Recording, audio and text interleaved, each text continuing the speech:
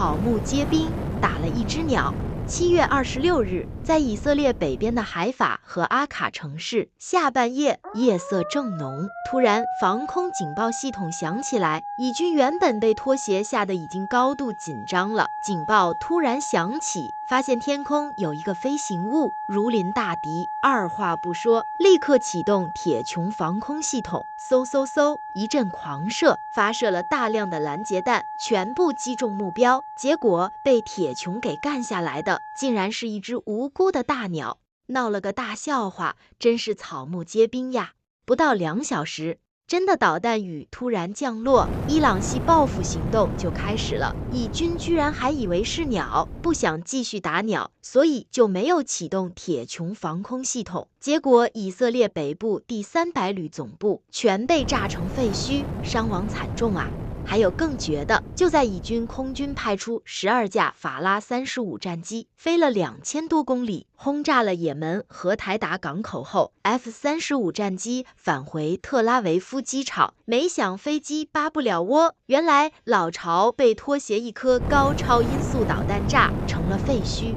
以军8吨炸弹炸了个空气。8吨炸弹，以色列摩萨德情报部门获得一个情报，得知哈马斯2号人物穆罕默德戴夫的藏身之处。以色列空军对整个目标区域进行全面覆盖，彻底的轰炸，宁可错杀1000，不能漏过一个。一口气在目标区域内投放了8枚2000磅炸弹，也就是整整8吨炸弹，炸平了一切，所在目标区域全部被炸为平地，地面上没有任何没有倒下的建筑物。8吨炸弹的威力让现场变成了一片废墟，没有任何生命迹象。可是穆罕默德戴夫还活得好好的，并没有被炸死。以色列8吨精确制导炸弹炸了个空气。还有一支以色列精锐部队携带大量炸药，准备对哈马斯一处重要目标实施爆破行动时，却意外走进了哈马斯武装人员的伏击圈。